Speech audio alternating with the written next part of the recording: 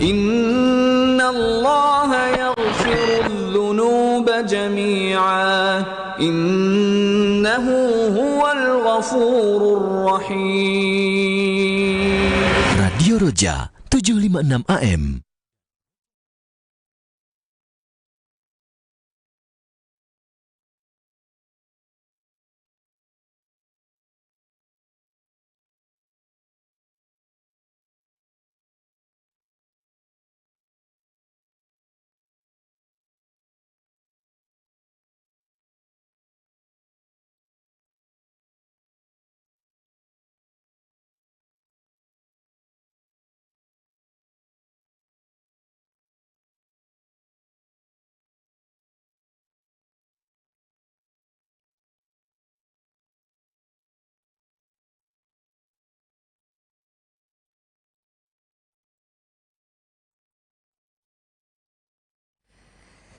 Assalamualaikum warahmatullahi wabarakatuh.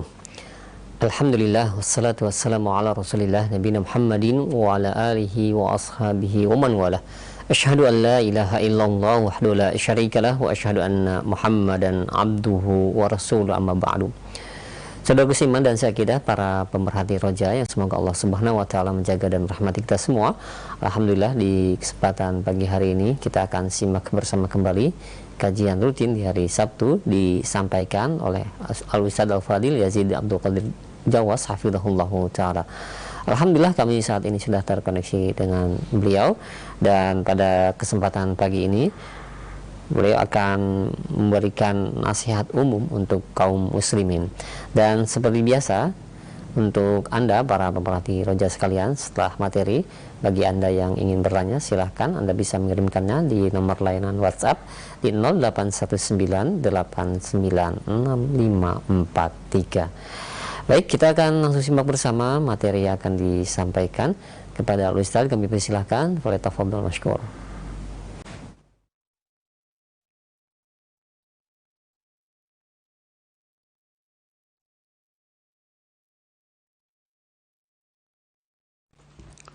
Assalamualaikum warahmatullahi wabarakatuh. Innal hamdalillah nahmaduhu wa nasta'inuhu wa nastaghfiruh wa na'udzu billahi min shururi anfusina wa min sayyiati a'malina. Man yahdihillahu fala mudilla lahu wa man yudlil fala hadiya lahu. Asyhadu an la ilaha illallah wahdahu la syarika lahu wa asyhadu anna Muhammadan abduhu wa rasuluh. Ya ayyuhalladzina amanu taqullaha haqqa tuqatih wa la tamutunna illa wa antum muslimun. Ya ayyuhan nasu taqu rabbakum alladzi khalaqakum min nafsin wahidah wa khalaqa minha zawjaha wa batha minhuma rijalan katsiran wa nisaa'a. واتقوا الله الذي تساءلون به والأرحم إن الله كان عليكم رقيبا. يا أيها الذين آمنوا اتقوا الله وقولوا قولا سديدا يصلح لكم أعمالكم ويغفر لكم ذنوبكم ومن يطع الله ورسوله فقد فاز فوزا عظيما.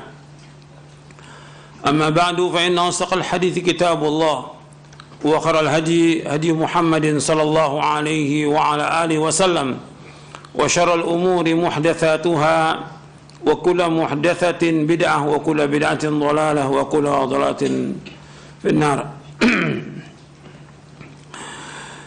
Kepada jamaah yang hadir yang mudah-mudahan dirahmati oleh Allah Ta'ala, dan kepada seluruh pendengar dan pemirsa TV dan Radio Roja yang mudah-mudahan dirahmati oleh Allah Ta'ala. Alhamdulillah, kita bersyukur kepada Allah atas segala nikmat yang Allah karuniakan kepada kita, dan kita bersyukur bahwa kita sekarang ini berada di hari-hari yang terbaik sepanjang tahun untuk melakukan amal-amal saleh. Pada hari ini kita akan membahas tentang keutamaan 10 hari pertama di bulan Dzulhijjah. Kemudian nanti setelah itu ada beberapa nasihat yang perlu saya sampaikan, yang mudah-mudahan bermanfaat untuk saya dan untuk antum sekalian.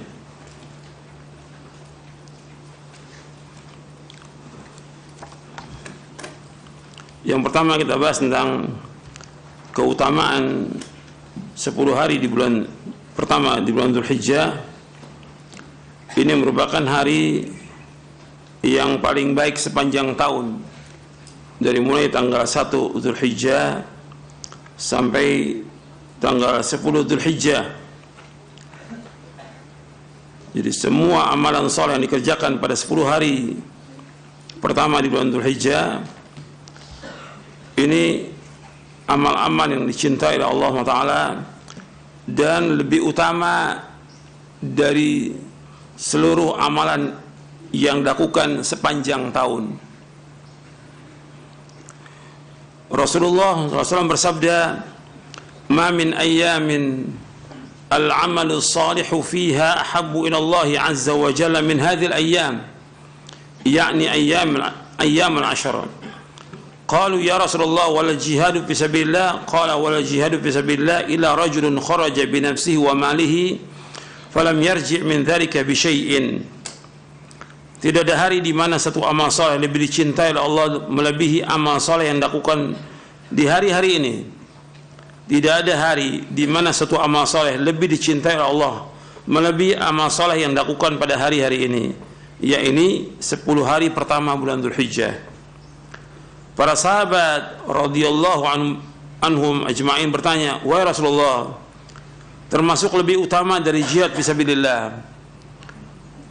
Maka Nabi SAW bersabda, termasuk lebih utama dibanding jihad fisabilillah, kecuali orang yang keluar dengan jiwa dan hartanya ke medan jihad dan tidak ada satupun yang kembali, artinya ia mati syahid. Hadis ini sahih dari Imam Bukhari, Abu Daud, Tirmidzi, Ibnu Majah, Ad-Darimi, Ibnu Khuzaimah, Ibnu Hibban, At-Tahawi dalam Syarah Mushkil Al-Athar, Imam Ahmad dalam Musnadnya, Al-Baghawi dalam Syarah Sunnah, Abu Daud At-Tayalisi dalam Musnadnya, Abdul Razak dalam Al-Musannaf, Ibnu Abi Syaibah dalam Al-Musannaf, Al-Baihaqi dalam Sunannya, At-Tabrani dalam Mu'jamul Kabir dari sahabat Ibnu Abbas radhiyallahu anhuma. Nabi SAW menyebutkan tidak ada hari sepanjang tahun yang amal-amal soleh itu lebih dicintai Allah melainkan hari-hari ini. Artinya orang melakukan amal soleh di hari-hari ini itu lebih utama daripada dia melakukan amal soleh di hari yang lain sepanjang tahun, termasuk Ramadan. Sekarang orang melakukan amal soleh di hari ini dengan amal soleh di bulan Ramadan yang lebih utama di hari ini, dengan dasar nas dalil hadis ini. Nabi menyebutkan, "Ma min ayyamin al-amalu salih fiha habu ila Allah azza wa jalla min hadhihi al-ayyam." Syekh Utsaimin rahimahullah menjelaskan, seandainya ada orang salat sunnah 2 rakaat di bulan Ramadan dengan 2 rakaat di hari ini, itu lebih utama di hari ini dengan dasar hadis ini, hadis yang sahih, dan juga ganjarannya lebih besar. Dalam hadis yang lain Nabi bersabda SAW, "Ma min amalin azka indallahi azza wa jalla wala a'zama ajran min khairin ya'maluhu fi ashril adha." Qila wala jihadu fi sabilillah, qala wala jihadu fi sabilillah azza wa jalla ila rajulun kharaja bi nafsihi wa mali falam yarji' min dhalika bi syai'in. Tidak ada amalan yang lebih suci di sisi Allah azza wa jalla dan lebih besar pahalanya, tidak ada amalan yang lebih suci di sisi Allah azza wa jalla dan lebih besar pahalanya daripada kebaikan yang dilakukan pada 10 hari pertama bulan Dzulhijjah. Lalu ada yang bertanya, termasuk jihad di jalan Allah? Rasulullah SAW bersabda, termasuk jihad di jalan Allah azza wa jalla, kecuali seorang keluar dengan jiwa dan hartanya ke medan jihad dan tidak ada satupun yang kembali, artinya dia mati syahid. Hadis ini hasan, diriwayatkan oleh Imam Ad-Darimi dalam sunannya, Imam At-Tahawi dalam Syarah Mushkil Al-Athar, dan Imam Baihaqi dalam Syu'abul Iman dari sahabat Ibnu Abbas, dihasankan oleh Syekh Al-Albani dalam Sahih At-Targhib wa Tarhib.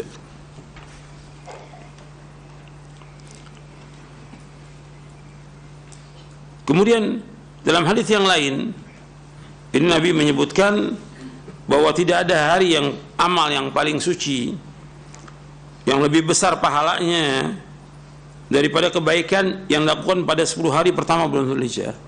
Arti ganjarannya besar di hari-hari ini. Kita melakukan amal soleh aja yang sesuai dengan sunnah, ganjaran besar. Bahkan hari-hari ini merupakan afdalu ayyamid dunia. Afdalu ayyamid dunia. Hari yang paling utama di dunia ini ya hari-hari ini. Dari tanggal 1 sampai tanggal 10 Dzulhijjah. Hari yang paling utama dari seluruh hari dunia. Rasulullah SAW bersabda, afdalu ayyamid dunya ayyamul ashr, yakni asyra Dzulhijjah. Qila wala mithluhunna fi sabilillah, qala wala mithluhunna fi sabilillah illa rajulun affara wajhahu fit turab. Hari-hari yang paling utama di dunia ini yaitu hari yang 10, yakni 10 hari pertama di bulan Dzulhijjah. Dikatakan kepada beliau SAW, termasuk lebih utama dari jihad di jalan Allah. Beliau menjawab, termasuk lebih utama dari jihad di jalan Allah kecuali seorang yang menutup wajahnya dengan debu. Artinya dia mati syahid. Ini hadis sahih, diriwayatkan oleh Imam Bazzar dalam kitabnya Kashful Astar dari sahabat Jabir radhiyallahu anhuma. Disahihkan oleh Syekh Al-Albani dalam Sahih Targhib wa Tarhib. Jadi keutamaan 10 hari yang pertama di bulan Dzulhijjah ini dalilnya jelas, nas pertama dari hadis Nabi dan juga dari Al-Qur'an. Dari Al-Quran dan juga dari hadis Nabi yang sahih. Dari Al-Quran Allah berfirman, wal fajri walayalin ashar, demi fajar, demi malam yang 10. Yang dimaksud dengan malam yang 10 adalah 10 hari pertama di bulan Dzulhijjah, sebagaimana dikatakan oleh Ibnu Abbas, Ibnu Zubair, Mujahid dan lainnya dari kalangan para ulama salaf dan khalaf. Nanti antum bisa lihat dalam tafsir Ibnu Katsir ketika menafsirkan surah Al-Fajr di ayat yang pertama dan kedua. Kemudian juga 10 hari yang pertama ini termasuk dari apa yang Allah sebutkan di dalam surah Al-Hajj ayat 28. Wa yadhkuru ismallahi fi ayyamin ma'lumatin 'ala ma razaqahum min bahimatil an'am. Dan agar mereka menyebut nama Allah pada hari-hari yang telah ditentukan atas rezeki yang Allah berikan kepada mereka berupa hewan ternak. Kalimat ayyamin ma'lumat, ayyam ma'lumat, yaitu berapa hari yang ditentukan. Ibnu Abbas radhiyallahu anhuma berkata, hari-hari itu adalah 10 hari yang pertama di bulan Dzulhijjah. Imam Ahmad meriwayatkan dari Jabir secara marfu bahwa ini hari yang dimaksud adalah 10 hari yang disumpah oleh Allah SWT dalam firman-Nya wal fajri walayalin ashar. Ini disebutkan dalam tafsir Ibnu Katsir. Dan di hari-hari ini ada puasa yang terbaik, yaitu puasa Arafah, dan juga merupakan hari yang terbaik karena haji itu di antara rukun yang besar adalah Arafah. Al-Hajju Arafah. Haji itu Arafah. Itu rukun yang terbesar dari haji. Dan hadis yang sahih diriwayatkan oleh Imam Tirmidzi dan yang lainnya. Keutamanya lagi dalamnya terdapat penyembelihan hewan kurban. Dan dia juga berkumpulnya pokok-pokok ibadah. Kemudian amal-amal yang sunnah yang dilakukan di bulan Dzulhijjah, 10 hari pertama bulan Dzulhijjah. Apa aja yang kita lakukan? Yang pertama yaitu berpuasa di 9 hari pertama bulan Dzulhijjah.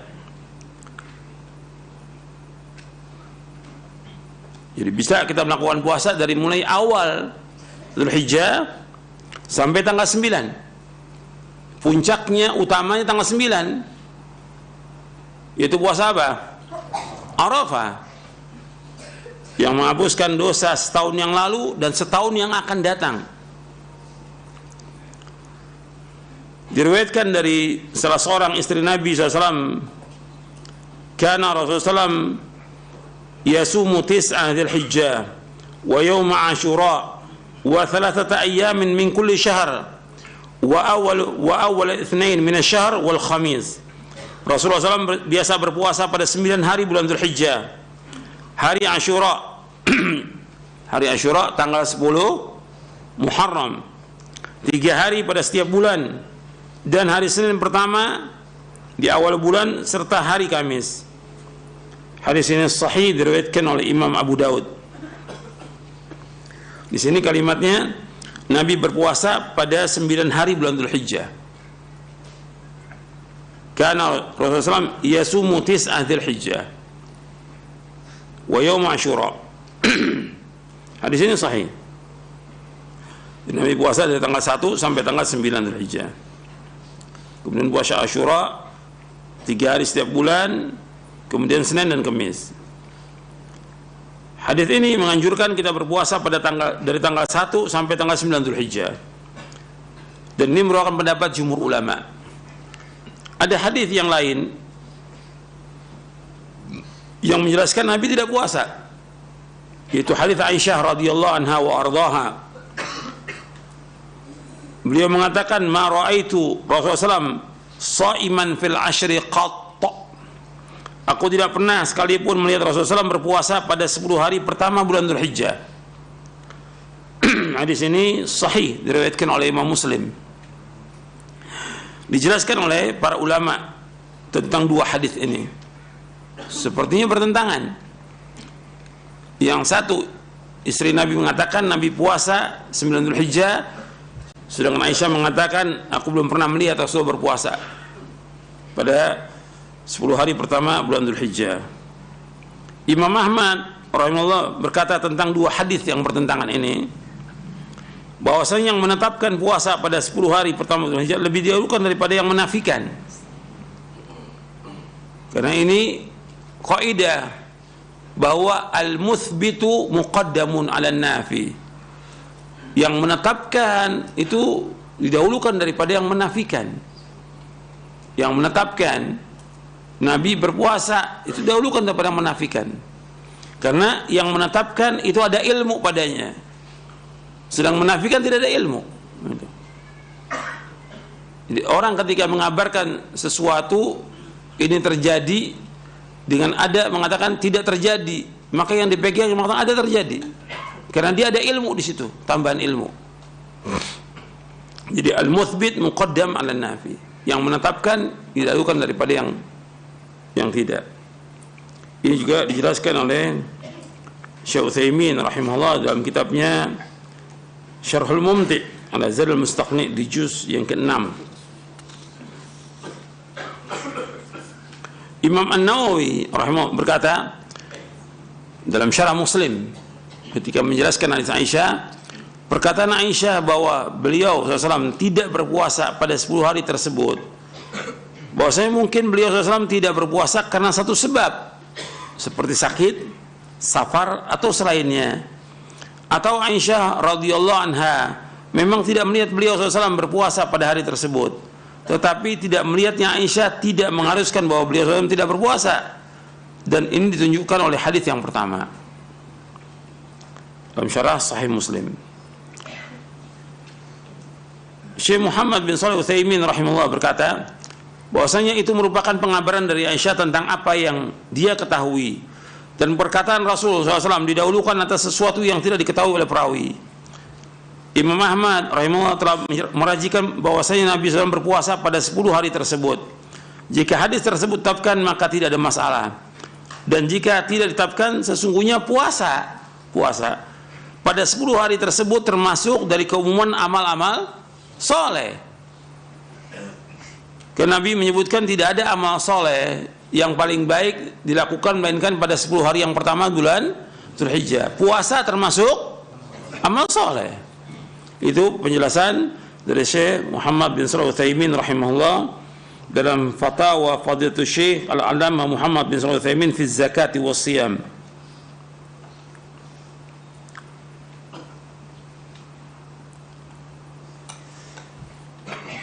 Jadi kalau seandainya ada yang puasa nggak ada masalah.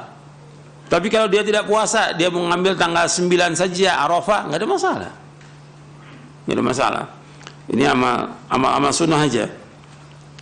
Yang utama yaitu amal yang kedua, ya puasa Arafah. Tadi saya sebutkan di antara amal-amal yang terlakukan puasa. Yang pertama, yang kedua, yang utama puasa Arafah. Bapak Nabi bersabda sallallahu alaihi wasallam, "Siyamu yaumi Arafah ahtasibu 'ala Allah an yukaffira sanata allati qablahu wa sana allati ba'dahu." Puasa pada Arafah tanggal 9 Dzulhijjah, aku berharap kepada Allah dia akan menghapuskan dosa 1 tahun sebelumnya dan 1 tahun setelahnya. Hadis ini sahih riwayat Muslim. Nabi ketika ditanya tentang puasa Arafah, Nabi bersabda, "Yukaffiru sanatal madiyah wal baqiyah." Puasa Arafah menghapuskan dosa setahun yang lalu dan setahun yang akan datang. Hadis yang sahih riwayat Muslim. Dan puasa Arafah ini bagi orang yang tidak menunaikan ibadah haji. Puasa Arafah.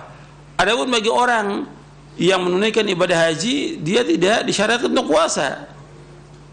Karena Nabi sendiri ketika di Arafah, Nabi berbuka, Nabi tidak puasa, Nabi makan, Nabi minum ketika Nabi berada di Arafah. Jadi disunahkan bagi orang yang tidak menunaikan ibadah haji. Adapun yang sedang menunaikan ibadah haji, yang mereka sedang berada di Arafah, tidak disunahkan mereka puasa, tidak.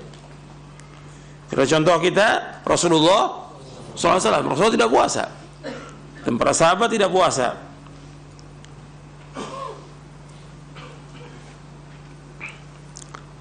Dan puasa Arafah menghapuskan dosa setahun yang lalu dan setahun yang akan datang. Dan dosa yang dimaksud adalah dosa-dosa kecil. Adapun dosa besar dia wajib bertaubat. Karena Nabi bersabda dalam hadis yang sahih yang diriwayatkan oleh Imam Muslim, "As-salawatul khamsu wal jum'atu ila jum'ati wa Ramadan ila Ramadan mukaffiratun ma bainahunna idza ijtanabal kaba'ir."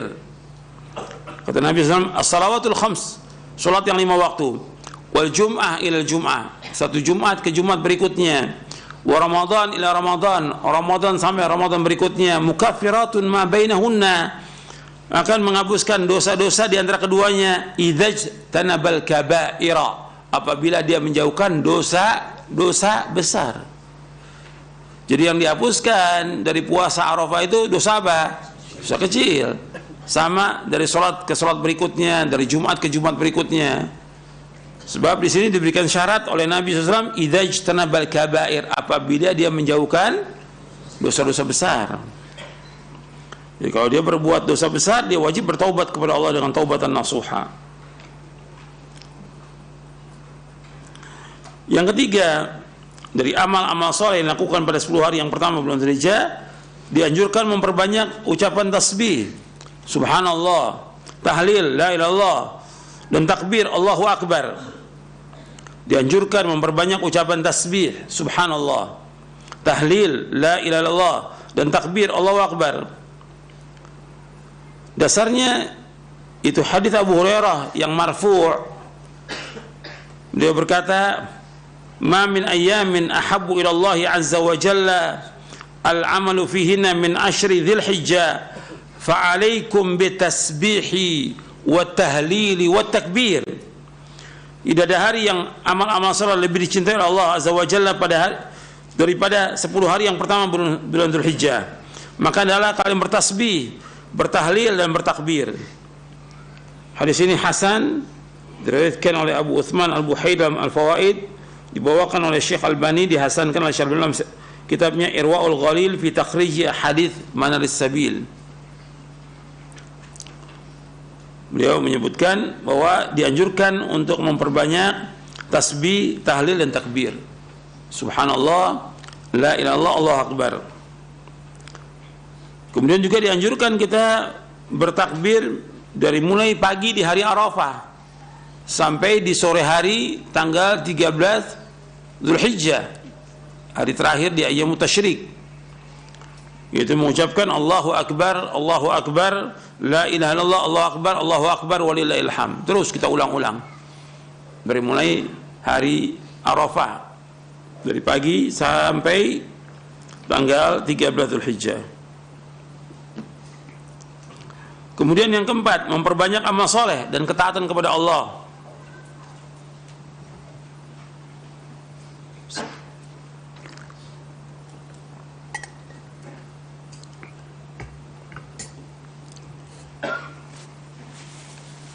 Memperbanyak amal soleh dan ketaatan kepada Allah Azza wa Jalla, yaitu dengan memperbanyak sholat-sholat sunat yang sesuai dengan sunnah Nabi SAW,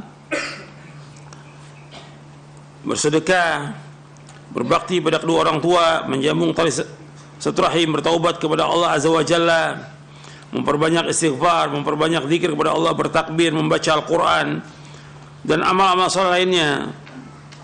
Dan sedekah dianjurkan setiap hari. Pada hari-hari ini lebih sangat dianjurkan. Begitu juga ibadah-ibadah yang lain. Artinya amal-amal soleh yang kita lakukan, yang sholat wajib sudah jelas wajib, karena itu wajib kita lakukan. Sekarang yang sunnah, ya antum melakukan yang sunnah. Yang mengiringi yang wajib adalah sholat sunat apa? Rawatib. 2 rakaat sebelum subuh, 2 rakaat sebelum duhur, atau 4 rakaat sebelum duhur. Karena Nabi tidak tinggal 4 rakaat sebelum duhur. 2 rakaat pada duhur, 2 rakaat pada maghrib, 2 rakaat pada isya. 12 rakaat. Barang siapa yang mengerjakan 12 rakaat dalam sehari, maka dia dibangunkan rumah di sorga. 2 rakaat sebelum subuh, 4 rakaat sebelum zuhur, 2 rakaat pada zuhur, 2 rakaat pada maghrib, 2 rakaat pada isya, 12 rakaat. Kalau dia mau tambah yang lain seperti duha, atau dia mengerjakan 4 rakaat sebelum asar. Ada riwayat tapi derajat hadisnya hasan. Rahimallahu mura'an shalla qabla al-asri arba'an. Allah menyayangi seseorang yang sholat sebelum asar 4 rakaat. Tapi ini sunnah, derajatnya hasan, meskipun diikhtilafkan oleh ulama tentang hadis itu. Kalau Syekh Albani menghasankan tentang 4 rakaat sebelum asar. Kalau Syekhul Islam mendhaifkan hadis itu. Kemudian 2 rakaat sebelum maghrib. Wah, ini hadis yang sahih riwayat Bukhari dan yang lainnya. Sallu qabla al-maghrib, sallu qabla al-maghrib liman syaa. Salatlah sebelum maghrib bagi siapa yang mau. Artinya sesudah terbenam matahari, sudah azan, kita masuk masjid, kita salat 2 rakaat sebelum maghrib. 2 rakaat. Nabi melakukan, pertama Nabi memerintahkan, yang kedua Nabi lakukan, yang ketiga para sahabat lakukan. Kemudian diantara sunnah yang lain tadi sudah saya sebutkan seperti sholat duha. Yang paling afdal dari semua sholat sunat, sholat apa? Sholat malam. Afdalus sholati ba'dal faridati sholatul lail. Sholat yang paling utama sesudah yang wajib sholat malam. Antum kerjakan tuh sholat malam, jangan tinggal. Antum kerjakan sesanggup antum. Kalau bisa 11, antum lakukan 11. Kalau tidak bisa, ya kurang dari itu. Kalau tidak bisa, ya kita lakukan 2 rakaat. Kemudian witir 1 rakaat. Jadi tetap melakukan sholat, karena sholat yang terbaik yang dilakukan oleh seorang muslim. Ini merupakan tiang agama. Sholat ini, di samping yang wajib, yang sunnah-sunnah kita kerjakan. Dan hari-harinya yang terbaik. Tadi sudah saya sebutkan penjelasan Syekh Utsaimin rahimahullah. Kita sholat sekarang 2 rakaat ini dengan 2 rakaat di bulan Ramadan lebih utama sekarang ini. Tapi semua harus sesuai dengan sunnah yang ada contoh dari Rasulullah SAW. Kemudian memperbanyak sedekah setiap hari dengan dasar hadis riwayat Bukhari dan Muslim. Ma min yaumin yusbihul ibadu fi illa malakani yanzilani fayaqulu aduma Allah ma'ati munfiqan khalafa yaqul akhar Allah ma'ati mumsikan talafa. Setiap hari 2 malaikat turun, yang satu berkata ya Allah berikanlah ganti orang yang infak hari ini, yang satu berkata ya Allah hancurkan orang yang tidak infak hari ini. Setiap hari. Yang paling utama sedekah ya hari-hari ini kita bersedekah, ya hari-hari ini dari tanggal 1 sampai tanggal 9 Dzulhijjah. Kemudian juga memperbanyak istighfar, memperbanyak zikir, membaca Al-Quran. Antum ingat tuh, baca Al-Quran setiap hari. Untuk baca Al-Quran minimal seorang muslim baca Al-Quran berapa juz sehari? Minimal 1 juz. Karena Nabi bersabda SAW, Iqra'il Quran fi syahrin, hatamkan Quran selama sebulan. Iqra'u fi 20 laylah, hatamkan selama 20 hari, berarti 1,5 juz. Kemudian Nabi sebutkan dalam hadis yang lain, ini hadis Bukhari Muslim, dalam hadis yang lain selain Bukhari Muslim disebutkan 15 hari. Dalam riwayat Bukhari Muslim Nabi sebutkan lagi, Iqra'u fi 20, baca, hatamkan 10 hari, berarti sehari 3 juz. Kemudian disebutkan lagi, hatamkan selama sepekan, berarti sehari 4 juz. Itu kesempatan itu antum baca Al-Quran. Seorang muslim harus baca Al-Quran setiap hari, dan hatamkan. Kemudian diantara perbuatan baik lagi yaitu berbuat baik pada orang tua. Perhatikan tuh, orang tua antum masih ada kesempatan. Ini merupakan jalan menuju sorga. Apa yang bisa kita bantu buat orang tua, kita bantu. Jangan malas, jangan mengeluh, jangan hitungan pada orang tua. Apa aja kita bantu orang tua kita, karena ganjarannya besar. Karena Allah menyebutkan dalam Al-Quran, setelah Allah menyebutkan tentang mentauhidkan Allah, menjauhkan syirik, berbakti pada orang tua. Wa'budullaha wa la tusyriku bihi syai'a wa bil walidaini ihsana. Baru yang lainnya. Dan dalam beribadah kepada Allah, jangan berbuat syirik dan berbuat baik pada kedua orang tua. Allah juga berfirman, wa qada rabbuka alla ta'budu illa iyyahu wa bil walidaini ihsana. Allah telah mewajibkan tidak boleh kalian beribadah melainkan hanya kepada Allah saja, dan hendaklah berbuat baik kepada orang tua. Ucapkan kalimat-kalimat yang baik pada orang tua, qaulan karima, perkataan yang mulia. Jangan berkata jangan berkata yang orang tua tidak senang, jangan menengking, jangan menghardik dan yang lainnya. Pokoknya kita bagaimana kesempatan kita berbuat baik pada orang tua, karena ini merupakan jalan menuju surga, baik yang laki maupun perempuan. Kemudian tadi saya sebutkan memperbanyak zikir, kemudian taubat, istighfar, menyambung satu rahim, dan amal-amal soleh yang lain yang bisa kita lakukan. Ada orang yang bisa kita bantu, kita bantu. Disebutkan oleh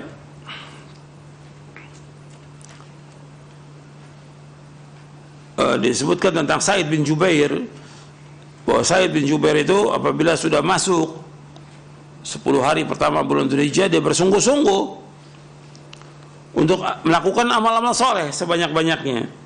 Diriwayatkan oleh Imam Ad-Darimi. Kemudian yang kelima di antara amal soleh yang utama yaitu haji dan umrah. Ini wajib kalau ini. Rukun Islam yang kelima, walillahi 'alan nasi hijjul baiti man istata'a ilaihi sabila. Dan wajib karena Allah atas manusia menunaikan ibadah haji bagi siapa yang mampu ke sana. Hukumnya wajib ibadah haji ini sekali seumur hidup.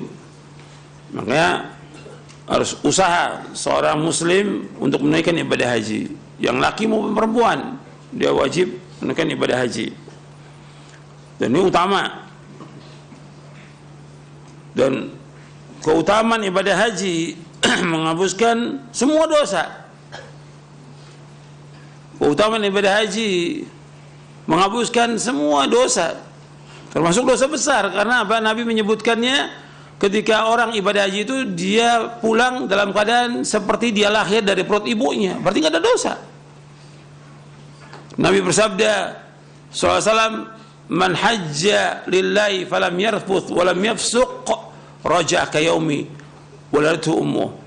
Barang siapa yang haji karena Allah dan dia tidak berkata yang rafath, berkata yang kotor, yang jorok, yang membawa kepada persetubuhan, dia tidak berbuat dosa besar, maka dia pulang dalam keadaan seperti dia lahir dari perut ibunya.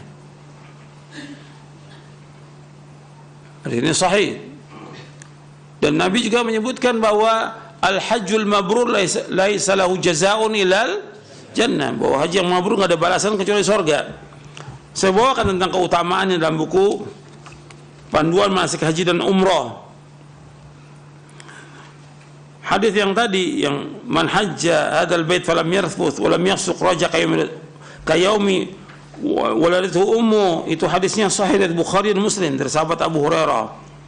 Barang siapa yang mengerjakan ibadah haji, man hajja hadzal bait, barang siapa mengerjakan ibadah haji ke Baitullah ini, itu Ka'bah yang mulia, falam yarfuth, dan dia tidak berkata yang rafath, tidak berkata kotor atau yang membawa kepada persubuhan di saat dia sedang ihram, walam yafsuq, dan dia tidak berbuat kefasikan, raja'a kayaumi waladatu ummu, maka dia kembali seperti dilahir dari perut ibunya. Hadis ini sahih riwayat Bukhari dan Muslim. Nabi juga bersabda SAW, al-umratu ilal umrati kafaratun lima bainahuma wal hajjul mabrur laisa jazaa'un ilal jannah. Dari satu umrah ke umrah berikutnya menghapuskan dosa di antara itu, dan haji yang mabrur enggak ada balasan kecuali surga. Hadisnya sahih riwayat Bukhari dan Muslim.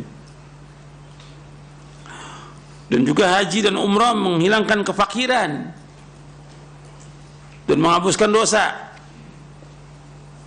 Hadisnya sahih riwayat Nasai, Ahmad, Tirmidzi dan lainnya. Dan banyak lagi keutamaan dari haji dan umrah. Maka ini amal-amal utama.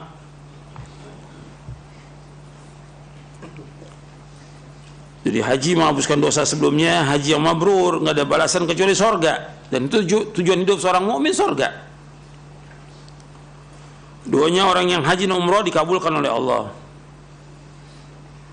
Orang yang meninggal ketika dia menunaikan ibadah haji umrah akan dicatat baginya pahala haji dan umrah sampai hari kiamat. Orang yang meninggal ketika dalam keadaan ihram maka akan dibangkitkan di hari kiamat dalam keadaan dia membaca talbiyah. Ini ada hadisnya, nanti bisa dilihat dalam buku Panduan Manasik Haji dan Umrah. Kemudian di antara amal yang utama yang keenam yaitu Idul Adha, merayakan Idul Adha. Dulu ketika Nabi datang ke Madinah, masyarakat Madinah punya 2 hari yang mereka rayakan dengan bermain-main, yaitu Nairuz dan Mahrajan. Kemudian Nabi bertanya tentang hari ini hari apa? Ini hari raya kami untuk bermain-main. Maka Nabi bersabda SAW, Innallaha tabaraka wa ta'ala qad abdalakum bihima khairan minhuma yaumal fitri wa yaumal nahar. Sesungguhnya Allah tabaraka wa ta'ala telah memberikan ganti kepada kalian 2 hari yang lebih baik, Idul Fitri dan Idul Adha. Hadis ini sahih diriwayatkan Imam Ahmad, Abu Daud, An-Nasai, Abd bin Humaid dalam kitabnya Al-Muntakhab, At-Tahawi dalam Syarah Mushkil Al-Athar, Al-Hakim dalam kitab Al-Mustadrak, Al-Baihaqi dalam sunannya, Al-Baghawi dalam Syarah Sunnah dari sahabat Anas radhiyallahu anhu. Dari sahabat Anas radhiyallahu anhu. Jadi hari raya yang dirayakan dalam Islam cuma 2, yaitu Idul Fitri dan Idul Adha. Enggak ada hari yang lain, tidak ada lagi. Jadi enggak ada perayaan-perayaan dalam Islam kecuali 2 ini. Enggak ada perayaan Isra Mi'raj, Maulid, dan enggak ada. Karena Nabi sudah menyebutkan 2 hari raya ini, Idul Fitri dan Idul Adha. Itu hari untuk bergembira. Yang ke-7 berkorban. Yang ke-7 di antara amalan yang utama di hari yang ke-10 berkorban. Jadi dari hari yang pertama kita sedekah, di hari yang ke-10-nya yang utama kurban. Dan dilakukan setelah orang menunaikan sholat Idul Adha. Itu yang dikatakan korban. Kalau sebelum orang Idul Adha dia berkorban, dia bukan korban namanya. Itu sedekah biasa aja. Yang dikatakan korban itu setelah orang selesai sholat Idul Adha baru dipotong kambingnya, sapi dan yang lainnya. Ini amal taat yang dianjurkan ketika Idul Adha, yaitu kurban berupa unta, sapi dan kambing. dalam rangka mendekatkan diri kepada Allah yang dilakukan dengan ikhlas. Allah berfirman, "Fasholli li rabbika wanhar." Salatlah karena Allah dan berkorbanlah karena Allah. Disuruh kita salat karena Allah dan berkorban karena Allah. Dan Nabi SAW bersabda, "Man kana lahu sa'atun wa lam yudhi fala yaqrabanna musallana." Barang siapa yang memiliki kelapangan, artinya dia mampu untuk berkorban, tapi dia tidak berkorban, maka jangan mendekati musola kami, tempat sholat Idul Adha dan Idul Fitri kami. Artinya tempat musola itu ada di dekat Masjid Nabawi, berupa lapangan yang Nabi biasa sholat Idul Fitri, Idul Adha, dan juga menyolatkan jenazah di musola itu. Artinya musola itu berupa lapangan yang biasa Nabi sholat Idul Adha, Idul Fitri, dan juga sholat jenazah. Hadis ini hasan. Barang siapa yang punya kemampuan tapi dia tidak berkorban, jangan dekatkan tempat sholat kami. Ini hadisnya hasan, diriwayatkan oleh Imam Ahmad, Ibnu Majah, dan Hakim dari sahabat Abu Hurairah radhiyallahu anhu. Dihasankan oleh Syekh Albani dalam Takhrij Mushkilatil Faqr dan juga dalam kitabnya Sahih At-Targhib wa Tarhib.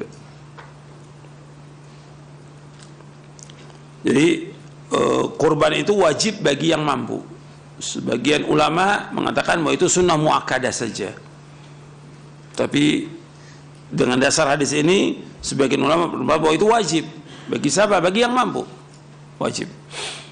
Sekarang kalau umpamanya di satu rumah dia hanya bisa berkorban 1 ekor kambing, ya nggak ada masalah untuk satu rumah.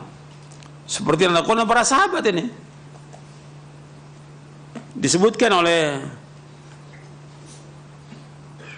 Abu Ayyub Al-Ansari. Jadi Atha bin Yasar bertanya kepada Abu Ayyub Al-Ansari radhiyallahu an, bagaimana penyembelihan kurban pada zaman Rasulullah SAW?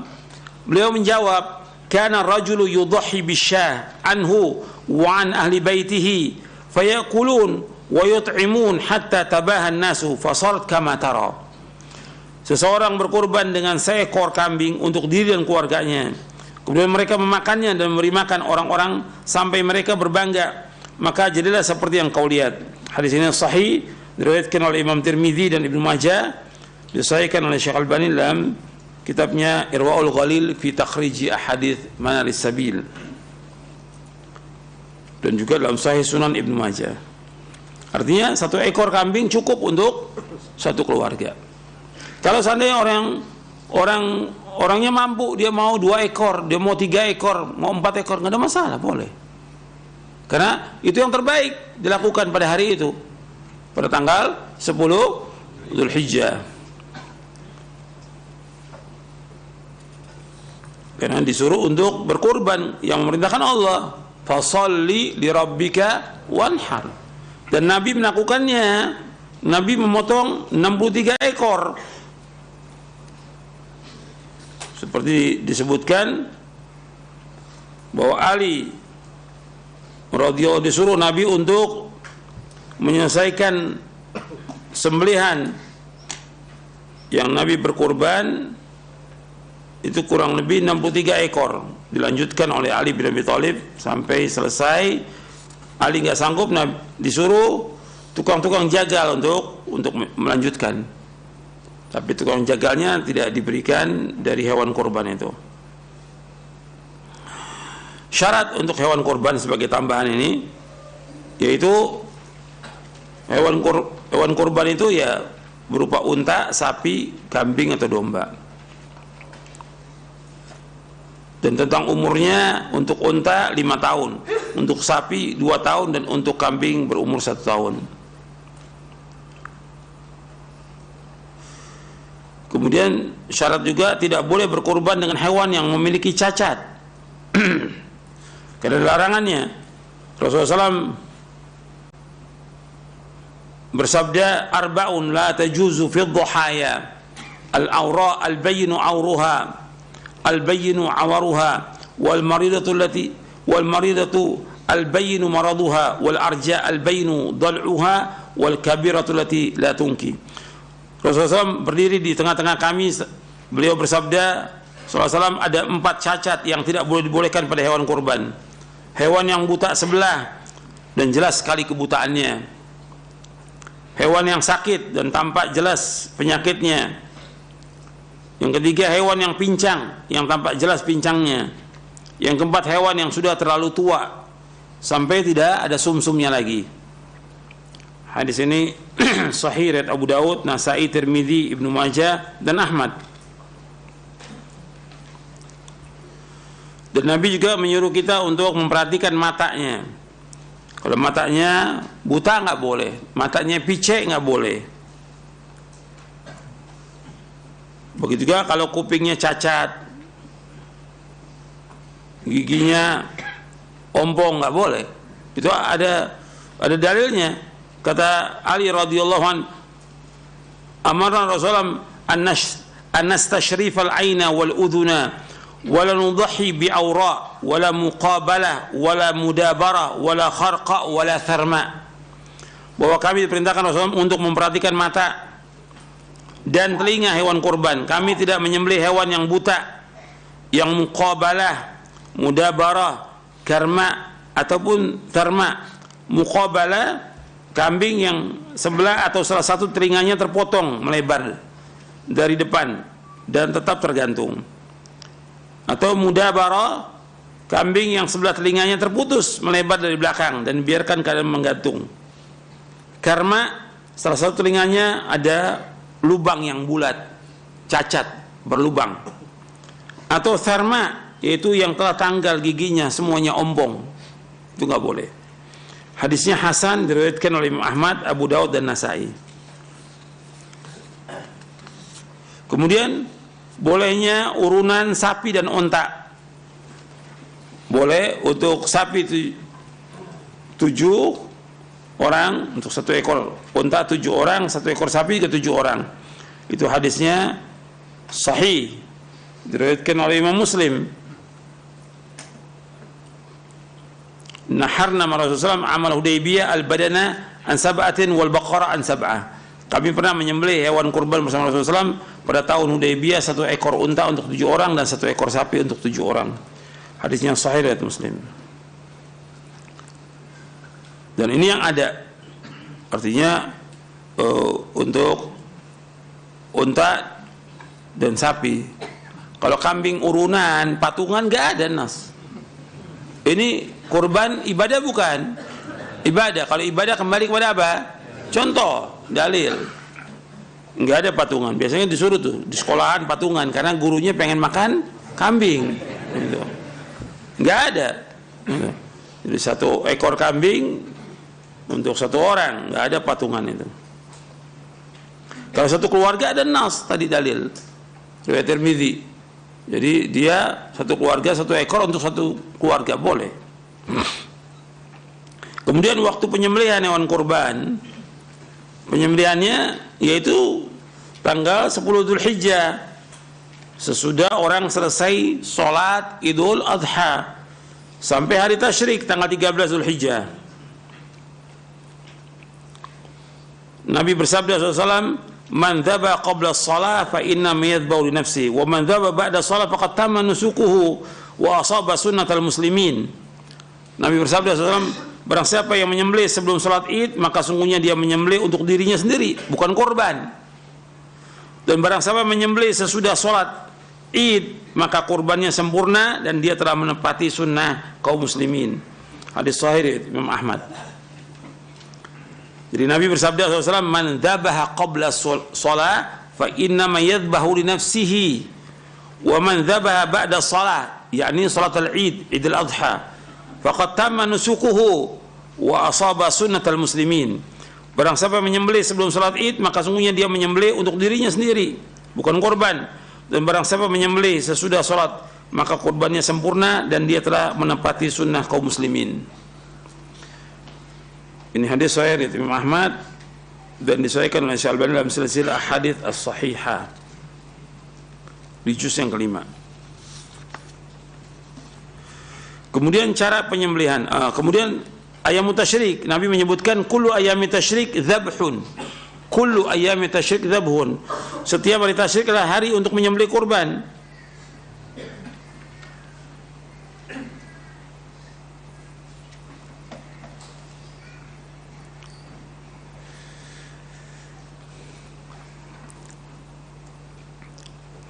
Ini hadis riwayat Imam Ahmad. Tadi saya salah sebut tentang hadis man dzaba qabla shalah fa inna ma yadhabu li nafsi wa man dzaba ba'da shalah faqad tamana nusuku wa asaba sunnatul muslimin. Ini hadisnya riwayat Bukhari dan Muslim. Jadi barang siapa yang menyembelih sebelum salat, maka dia menyembelih untuk dirinya. Barang siapa yang menyembelih sesudah salat Idul Adha, maka sempurna kurbannya dan dia sesuai dengan sunnah kaum muslimin. Ini hadisnya diriwayatkan oleh Bukhari dan Muslim. Kemudian cara penyembelihan. Sebaiknya pemilik kurban menyembelih hewan kurbannya sendiri. Jadi dia yang menyembelih. Ya kalau dia perempuan ya suruh suaminya. Kalau dia laki yang berkorban, maka dia sendiri yang menyembelih. Kalau dia istrinya yang berkorban, ya suruh suami yang motong atau anak yang laki. Jadi dia sendiri yang berkorban, artinya dia sendiri yang motong. Nggak usah takut. Orang Islam nggak boleh takut. Jangan takut sama darah kambing, jangan takut. Motong sendiri. Kalau dia tidak bisa atau dia belum bisa, sebenarnya mudah semuanya. Kaum muslimin bisa. Ya dia bisa suruh tukang jagalnya, tapi dia menyaksikan. Dia menyaksikan. Kan banyak sekarang berkorban dia tidak menyaksikan. Kemudian yang menyembelih dia pakai pisau yang tajam. Sebab Nabi menyuruh apa? Wal yuhidda syafratahu wal yurih dzabihatahu. Nah, dia asah pisaunya itu dan dia buat senang kambing yang dia sembelih itu. Nabi yang suruh. Disuruh bagaimana cara kita motong yang terbaik. Fahsinu dzibha. Jadi kita memakai pisau yang tajam. Jangan pisau yang puntul, kesian kambingnya. Kita menyiksa kambing korban nggak boleh, dosa. Karena disuruh kita untuk berbuat baik kepada binatang. Itu ajaran Islam. Islam itu ajaran yang betul-betul mengajarkan untuk berbuat baik kepada seluruh makhluk, termasuk juga kepada hewan kurban. Kemudian ketika berkorban kita mengucapkan, kalau kita umpamanya berkorban untuk satu keluarga kita, maka yang kita ucapkan bismillah wallahu akbar, Allahumma taqabbal minni, Allahumma hada anni wa an ahli baiti. Dengan nama Allah, Allah Maha Besar, ya Allah terimalah kurban dariku, ya Allah ini dariku dan dari keluargaku. Kalau enggak ya cukup dengan bismillah Allahu akbar, cukup. Semua kalau menyembelih cukup bismillah Allahu akbar. Tapi kalau kita ingin menyebutkan Allahumma taqabbal minni, bismillah Allahu akbar, Allahumma taqabbal minni, Allahumma hada anni wa an ahli baiti, itu boleh. Kemudian tidak boleh menjual kulit korban. Kan banyak ini orang jual kulit korban, nggak boleh. Dan nggak ada nilai korban bagi orang yang berkorban itu. Nabi bersabda SAW, man ba'a jilda udhiyatihi fala udhiyat lahu. Barang siapa yang menjual kulit korban, maka tidak ada korban baginya. Hadis ini hasan, diriwayatkan oleh Hakim, Imam Hakim dan Imam Baihaqi. Dari sahabat Abu Hurairah, dihasankan oleh Syekh Albani dalam Sahih Al-Jami' As-Shaghir dan Sahih At-Targhib wa Tarhib. Barang siapa yang menjual kulit korban, maka tidak ada korban baginya. Kemudian juga ada larangan mengupah jagal. Mengupah jagal dari bagian dari hewan korban. Tidak diperbolehkan memberikan upah bagi tukang jagal dari hewan korban tersebut. Boleh memberikan upah dari uangnya sendiri, tapi tidak boleh memberikan upah dari hewan korbannya. Sebagaimana riwayat dari Ali bin Abi Thalib radhiyallahu an, dia berkata, amarani Rasulullah SAW an aquma ala budnihi wa an uqassima luhumaha wa juludaha wa jilalal al-masakin wa la u'tiya fi juzaratiha syai'an minha. Rasulullah SAW pernah memerintahkan aku menyembelih unta beliau, Kemudian aku pun membagi-bagikan daging, kulit dan kain penutup unta tersebut kepada orang-orang miskin. Dan aku tidak memberi sedikit pun dari hewan kurban untuk penjagalnya. Hadis ini sahih riwayat Bukhari dan Muslim. Terus dari mana dia memberikannya? Nu'tihi min indina. Kami memberikan dari sisi kami, atau dari upah, dari uang kami, bukan dari hewan kurban. Kemudian ada pendapat seperti disebutkan oleh Syekh Abdullah bin Saleh Al-Fauzan dalam kitab Syarah Bulughul Maram Minhatul Allam. Beliau mengatakan begini, jadi upah tukang jagal harus berasal dari selain hewan kurban. Tidak boleh memberi upah sedikit pun darinya, karena upah itu bagian imbalan dari pekerjaannya, sehingga ini sama dengan menjual sebagian daging hewan kurban kepadanya. Tapi jika penjagal tersebut diberi sesuatu dari hewan kurban karena kemiskinannya atau sebagai hadiah, maka yang demikian tidak mengapa, sebab dia termasuk orang yang berhak untuk mengambilnya dan keadaannya sama seperti yang lainnya. Artinya boleh dia untuk menerima kalau memang dia miskin. Tapi yang terbaik kita upah aja. Berapa nih? Kalau kita motong 1 ekor kambing berapa? Main 100.000 atau 200.000, ya katakan uang 200.000. Dia nggak boleh ambil apa-apa. Tidak boleh ngambil kepalanya, kakinya, kalau nggak boleh. Karena ini kurban untuk Allah. Karena nggak akan sampai kecuali ketakwaan kita kepada Allah. Jadi ini harus kita perhatikan, kita berikan uang aja. Itu lebih aman dengan contoh dari Ali bin Abi Thalib yang diperintahkan Nabi SAW tidak boleh memberikan sesuatu dari hewan korban. Kemudian bagi orang yang memang berniat dia untuk berkorban, dia udah niat ini, maka sejak tanggal 1 Dzulhijjah dia tidak memotong rambut dan tidak memotong kuku. Jadi bagi orang yang ingin berkorban dilarang memotong kuku atau rambut. Arti rambutnya ketika sudah masuk tanggal 1 Dzulhijjah sampai dia memotong hewan kurbannya. Dari Ummu Salamah radhiyallahu anha, wasallam bisa bersabda, "Man kana lahu dhabhun yadhbahu fa idza ahalla hilal Dzulhijjah fala ya'khudanna min sya'ri wala min adfarihi syai'an hatta yudhhiya." Barang siapa yang memiliki hewan yang hendak dia sembelih pada hari raya jika artinya raya Idul Adha, jika sudah masuk tanggal 1 Dzulhijjah, maka janganlah ia motong atau mencukur rambutnya dan kukunya sedikit pun sampai dia menyembelih hewan kurbannya. Ya, sampai sini dulu. Wassalamualaikum Muhammadin sallallahu alaihi wasallam. Kalau ada yang kurang jelas antum mau tanya silahkan. Alhamdulillah, baik. Syukran jazakallahu khair atas materi yang telah disampaikan oleh Ustaz di kesempatan pagi hari ini, dari keutamaan 10 hari di bulan Dzulhijjah ini merupakan mudah-mudahan menjadi ilmu yang bermanfaat untuk kita semua. Baik, untuk selanjutnya kami akan ajukan beberapa pertanyaan yang sudah masuk di layanan pesan WhatsApp, dan bagi Anda yang ingin bertanya mengenai pembahasan kita di kesempatan pagi hari ini, silakan Anda bisa mengirimkannya di nomor 0819896543 dalam format WhatsApp.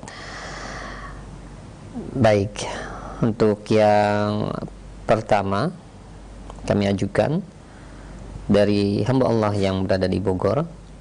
Assalamualaikum warahmatullahi wabarakatuh. Ustaz, apabila seseorang berniat untuk berkorban setelah masuk di bulan Dzulhijjah, tapi dia menunggu untuk memiliki uang sampai tanggal 9-nya, dan dia memotong kuku serta memotong rambut karena belum mengetahui pasti apakah dia akan berkurban atau tidak, maka apakah terkena juga larangan bagi dia yang telah berniat untuk berkurban tersebut?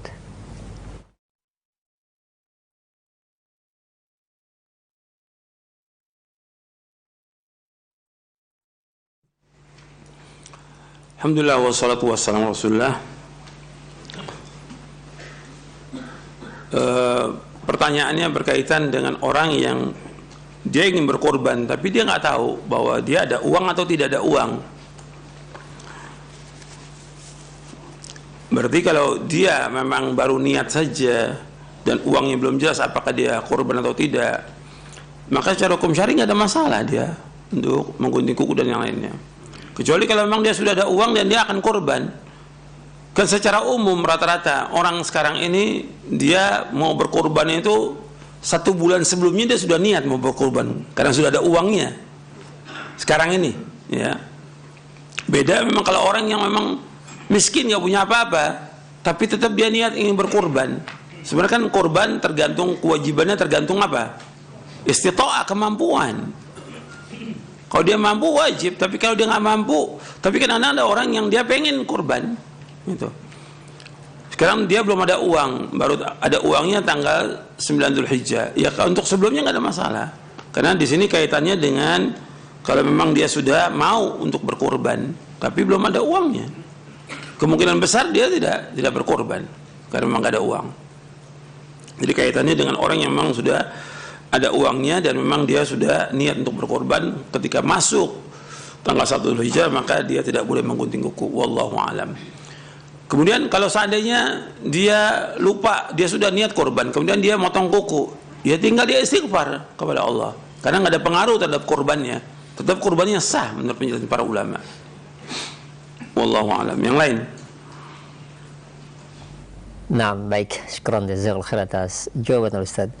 Dan selanjutnya, ini begitu banyak pertanyaan yang senada, lebih dari 10 pertanyaan yang perihal yang sama mengenai penentuan bulan Dzulhijjah ini Ustaz, mengenai penentuan hari Arafah dan juga penentuan Idul Fitri. Apakah kita mengikuti negara yang dilaksanakannya haji dan umrah itu Saudi Arabia ataukah pemerintah kita? Mohon penjelasannya.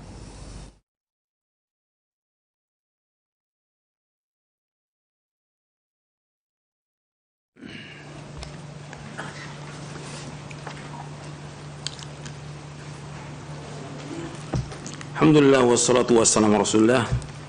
Asyhadu an la ilaha syarika lahu wa asyhadu anna Muhammadan abduhu wa rasuluh. Allahumma salli wa sallim wa barik ala nabiyina Muhammadin wa ala alihi washabbihi ajmain.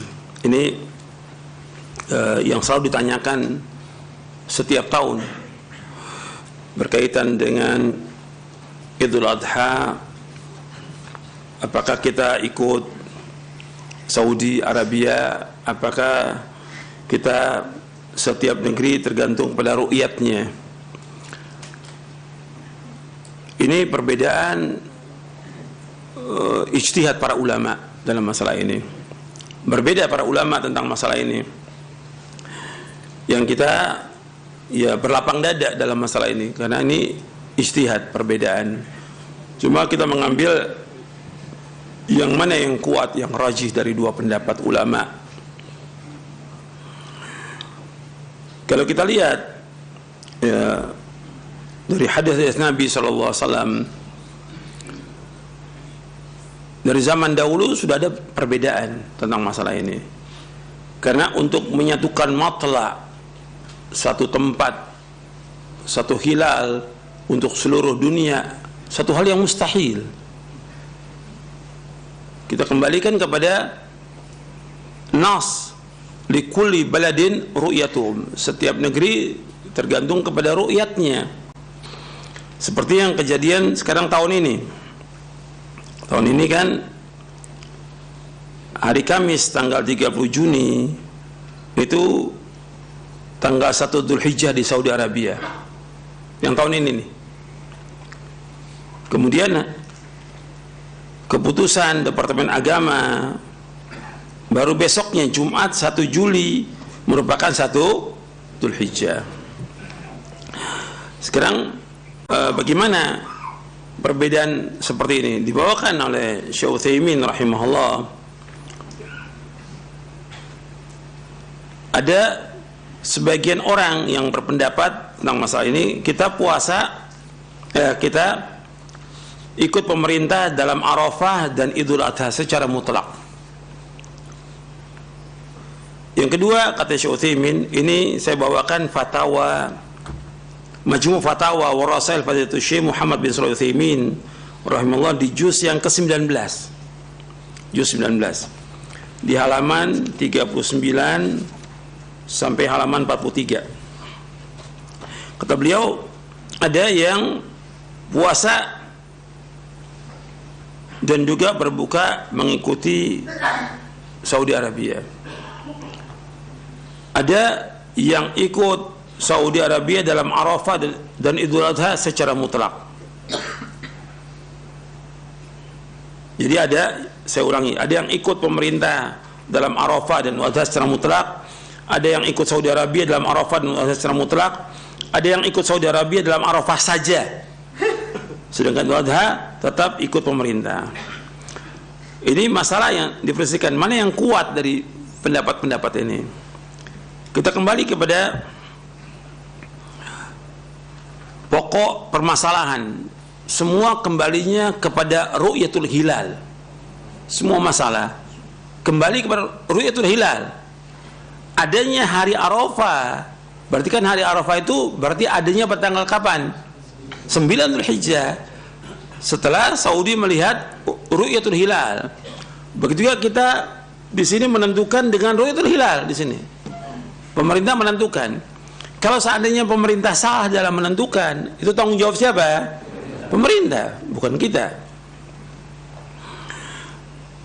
Nabi SAW menyebutkan dalam hadis Abu Hurairah radhiyallahu an, as-sawmu yawma tasumun wal fitru yawma tuftirun wal adha yawma tudahhun. Dari sahabat Abu Hurairah radhiyallahu an, bahwa Nabi SAW bersabda, puasa yaitu di hari kalian berpuasa bersama kaum muslimin, artinya bersama pemerintah ulil amri, dan berbuka yaitu ketika kalian semuanya berbuka bersama seluruh kaum muslimin. Adha, Idul Adha, yaitu di hari kalian semua berkorban, semua kaum muslim berkorban. Ini diriwayatkan oleh Imam Tirmidzi. Tirmidzi berkata hadis ini hasan gharib, dan hadis ini disahihkan oleh Syekh Al-Albani dalam kitabnya Irwaul Ghalil dan juga dalam silsilah hadis as-sahihah di juz yang pertama. Dijelaskan oleh Imam Tirmidzi, makna hadza anna as-sawma wal fitra ma'al jamaah wa 'idhamin nas. Kata Imam Tirmidzi bahwa kita berpuasa dan berbuka bersama jamaah dan seluruh kaum muslimin yang ada di negara itu. Kemudian dalam riwayat Abu Daud disebutkan wa fitrukum yauma tuftirun wa adhakum yauma tudahhun, yaitu Idul Fitri kalian ketika kalian semua berbuka, dan hari raya kalian ketika kalian berkorban. Ini diriwayatkan oleh Imam Abu Daud dalam sunannya dan sahih riwayatnya. Dalam riwayat Tirmidzi juga ada perkataan dari Aisyah radhiyallahu anha. Kalau yang tadi saya bawakan yang pertama riwayat Tirmidzi dan juga Ibnu Majah. Tirmidzi dan Ibnu Majah. Dalam riwayat Tirmidzi yang juga sahih disebutkan oleh Aisyah, Rasul bersabda, al-fitru yauma yuftirun nas wal adha yauma yudahhin nas, yaitu berbuka ketika manusia berbuka dan adha ketika manusia berkorban. Ini riwayat Tirmidzi dan dinyatakan oleh Syekh Al-Albani sahih, dan ini dibawakan oleh Al-Hafidz Ibnu Hajar dalam kitabnya Bulughul Maram min Adillatil Ahkam. Dalam riwayat Ibnu Majah, di dalam hasyiahnya, hasyiah As-Sindi, dijelaskan bahwa zahir hadis tersebut bahwa masalah-masalah ini, masalah puasa, Idul Fitri dan Idul Adha bukan urusan pribadi, tetapi dikembalikan kepada imam dan jamaah. Artinya dikembalikan pada siapa? Pemerintah. Dan wajib bagi setiap individu untuk mengikuti imam dan jamaah kaum muslimin. Oleh karenanya apabila seorang melihat hilal lalu imam menolak persaksiannya, maka adalah dia mengikuti pendapat imam tersebut. Artinya imam udah menolak, ya sudah. Di Indonesia ini ada berapa yang mengatakan melihat, tapi imam menolak, pemerintah menolak. Ya sudah, tanggung jawab siapa? Pemerintah, bukan tanggung jawab kita. Jangan kita paksakan masalah ini. Ini dalam Hasyiah Ibnu Majah ketika menjelaskan hadis Sunan Ibnu Majah di hadis nomor 1660 di Kitabus Shiyam. Itu. Kemudian Syekh Utsaimin rahimahullah menjelaskan bahwa hakim ini, keputusan hakim kata beliau, wa hukmul hakim yarfa'ul khilaf. Hukum pemerintah itu menghilangkan khilaf. Jadi ada perbedaan di rakyatnya, ada yang mau ikut Saudi, mau ikut ini, tapi pemerintah menghilangkan khilaf. Kita wajib untuk mengikuti ulil amri, keputusannya ulil amri. Ketika ulil amri memutuskan sekarang ini bahwa kita 1 Dzulhijjah hari Jumat, berarti kita ikut ulil amri. Berarti puasa Arafahnya hari apa? Sabtu. Idul Adhanya hari apa? Ahad. Ikut pemerintah. Karena keputusan hakim, kata Syekh Utsaimin, wa hukmul hakim yarfa'ul khilaf. Dan beliau menjelaskan bahwa kita harus mengikuti negeri yang kita berada padanya. Ini fatwa Syekh Utsaimin. Kita harus mengikuti negeri yang kita berada padanya. Ini dalam Majmu' Fatwa Rasul Syekh Utsaimin di juz yang ke-19. Dari halaman 39 sampai halaman 43. Ini penjelasan beliau. Artinya tetap kita kembalinya kepada setiap negeri, likulli baladin ru'yatuhum. Sebab kalau nggak gitu akan terjadi kekacauan nanti. Setiap orang masing-masing. Saya nggak mau ikut pemerintah, saya mau ikut sendiri. Yang lain umum sendiri. Ini akan terjadi kekacauan nantinya. Sedang kita disuruh untuk mengikuti ulil amri. Apakah ulil amri itu orang yang baik atau orang yang buruk? Hatta jihad demikian. Kita bersama ulil amri. Orangnya baik, zalim atau tidak zalim, tetap bersama ulil amri.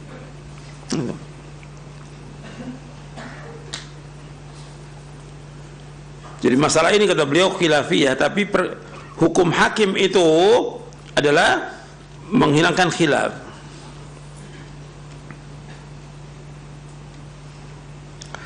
Beliau ketika menjelaskan tentang puasa Ramadan, Syekh Utsaimin juga menjelaskan ketika menjelaskan puasa Ramadan demikian, wa kadzalika, terakhirnya wa kadzalika yaumu Arafah.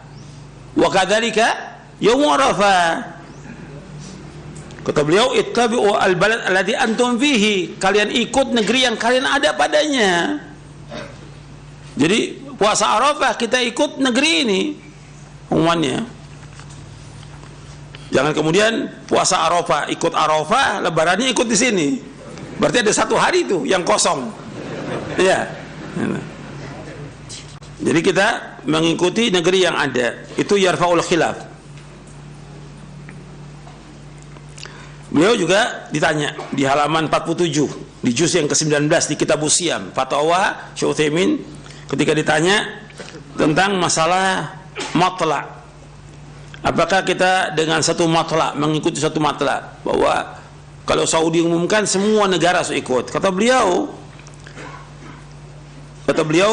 hada minan nahiyah al-falakiyah mustahil.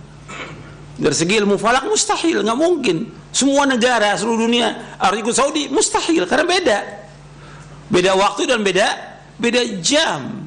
Nggak mungkin bisa sama, nggak mungkin, mustahil. Dan ini dijelaskan juga oleh Syekhul Islam Ibnu Taimiyah dalam Majmu' Fatwanya tentang masalah ini, tentang perbedaan ini. Kemudian disebutkan beberapa dalil yang tadi saya sebutkan. Dan kalau antum lihat, semua kaitannya dengan hilal. Nabi menyebutkan sumu li ru'yati wa aftiru li ru'yati. Hatta yang tadi yang kita bahas tadi tentang masalah menggunting kuku dan rambut, Nabi kaitkan dengan apa? Hilal Dzulhijjah. Kata Nabi, "Man kana dzabhun yadhbahu fa idza ahalla hilala Dzulhijjah." Jadi kaitannya dengan apa? Hilal. bukan kaitan dengan tempat, kaitannya dengan hilal. Sekarang hilalnya di sini Jumat, ya sudah kita ikut di sini. Gitu. Puasanya tanggal 9, Arafah tanggal 9. Apakah di Arafah itu ada yang wukuf atau tidak ada yang wukuf? Tetap namanya puasa tanggal 9 itu puasa apa? Arafah. Ada yang wukuf atau tidak ada yang wukuf? Mungkin aja suatu waktu nggak ada yang wukuf. Gitu. Dan perbedaan ini sejak zaman dahulu seperti dibawakan oleh Al-Hafidh Ibnu Hajar di dalam kitabnya Inba'ul Ghumar. Beliau Inba'ul Ghumar fi Abna'il Umar fi Tarikh. Beliau membawakan tatkala wukuf padang Arafah itu di Mekah hari Jumat terjadi perselisihan, sementara hari raya Idul Adha di Qahirah di Mesir itu hari Jumat. Jadi lebih dulu di Kairo lebarannya hari Jumat, sedangkan wukuf baru hari Jumat. Terjadi perbedaan dan itu nggak ada masalah karena mereka kembali kepada apa? Ru'yatul hilal, mereka lihatnya. Jadi perbedaan itu bukan baru sekarang, sudah ada sejak zaman dahulu. Jadi ini perbedaan para ulama ijtihad. Kita mengikuti yang lebih aman. Syekh Utsaimin mengatakan kembali kepada ikut pada negeri yang kita ada, itu lebih aman dan kita nggak bingung. Kalau kita ikut Arafah juga kita bingung nantinya tentang idnya kapan kita. Umpamanya sekarang kita ikut Arafah, kita puasa Arafah ikut Saudi. Begitu besoknya di sini baru puasa Arafah, kita id, kita juga bingung. Ini idnya kita benar apa tidak? Terus nanti kaitannya motong korbannya kita benar apa enggak ini? Karena di Indonesia belum ada yang motong korban. Jadi ini masalah yang seperti ini kita kembalikan kepada ulama. Ijtihadnya ulama, bukan kita sebagai penuntut ilmu. Dan saya sudah jelaskan dari fatwanya Syekh Utsaimin. Nanti Anda bisa lihat di juz yang ke-19. Jadi beliau menyebutkan bahwa hukumnya sama.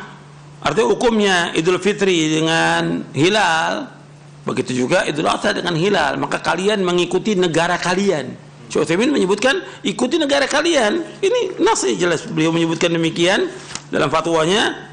Wa kadzalika yaum Arafah ittabi'u al-balad alladhi antum fihi. Demikian hari Arafah kalian ikut negeri yang kalian ada padanya. Ini fatwa seorang ulama yang alim. Jadi akar perbedaan para ulama itu bukan hak Arafah. Perhatikan, bukan apa? Bukan Arafah, tapi apa? Apa? Ru'yatul hilal, bukan Arafah. Sebab Nabi menyebutkannya apabila sudah masuk hilal Dzulhijjah. Tadi saya sebutkan fa idza ahalla hilal Dzulhijjah. Nabi kaitkan dengan hilal Dzulhijjah, bukan kaitan dengan Arafah.